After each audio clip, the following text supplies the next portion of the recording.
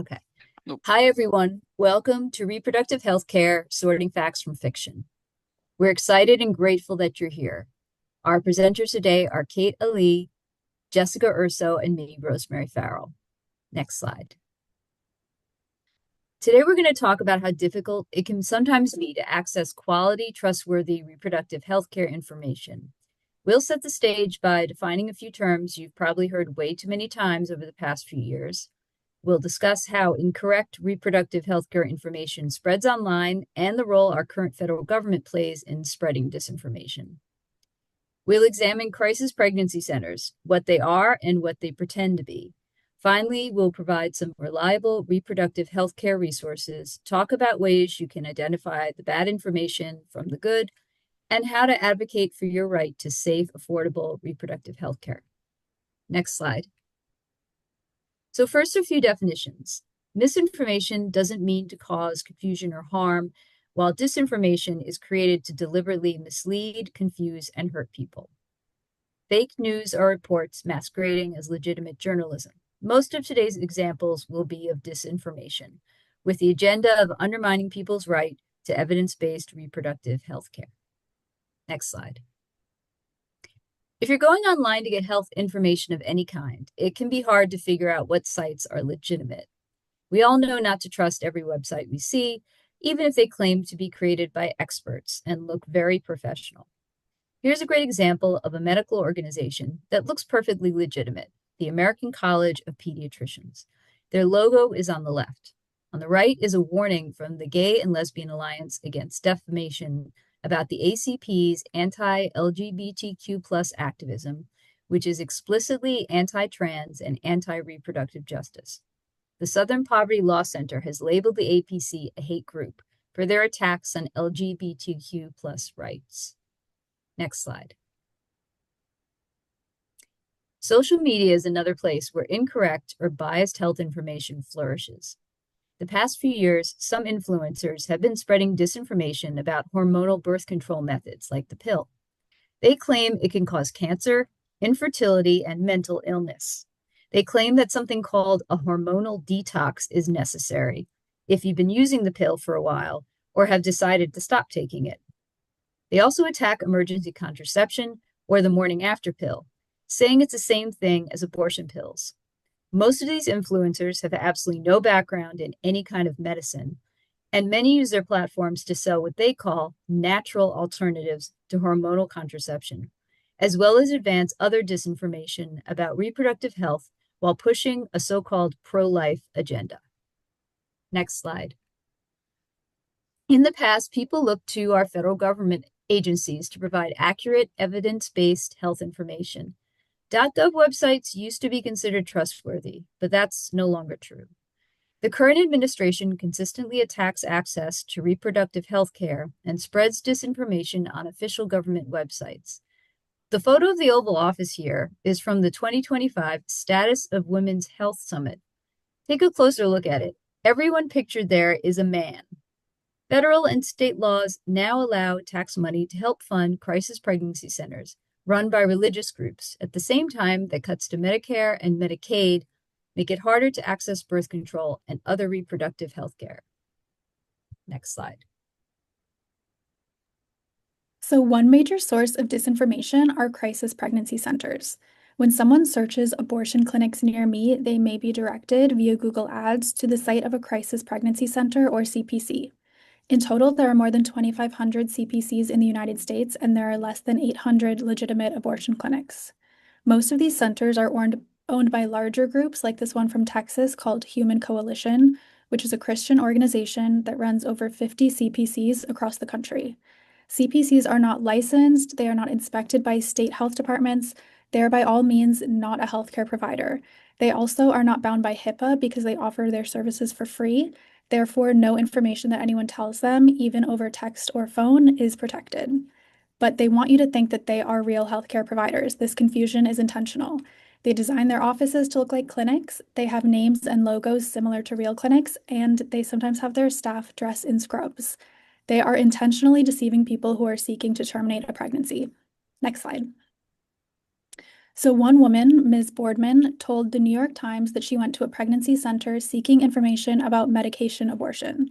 She was told by the technician during her ultrasound that she couldn't see anything on the monitor and that she should try coming back in 2 weeks.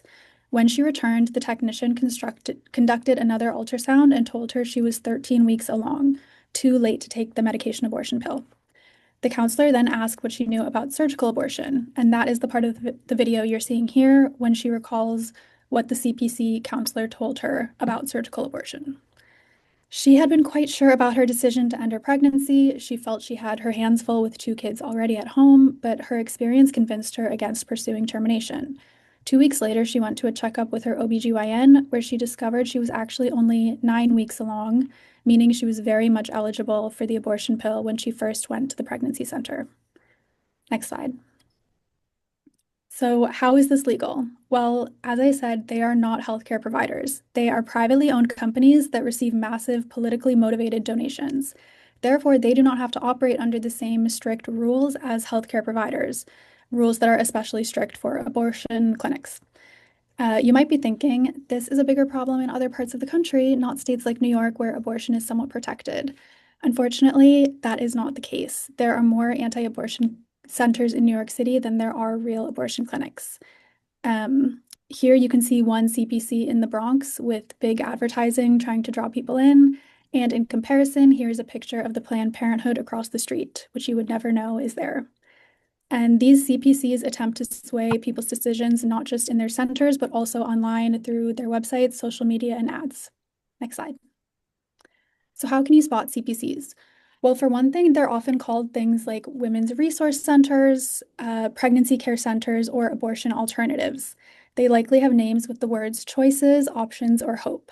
They offer a lot of free services, including pregnancy tests, abortion counseling, ultrasounds, sometimes even baby clothes or formula if you attend lectures or workshops.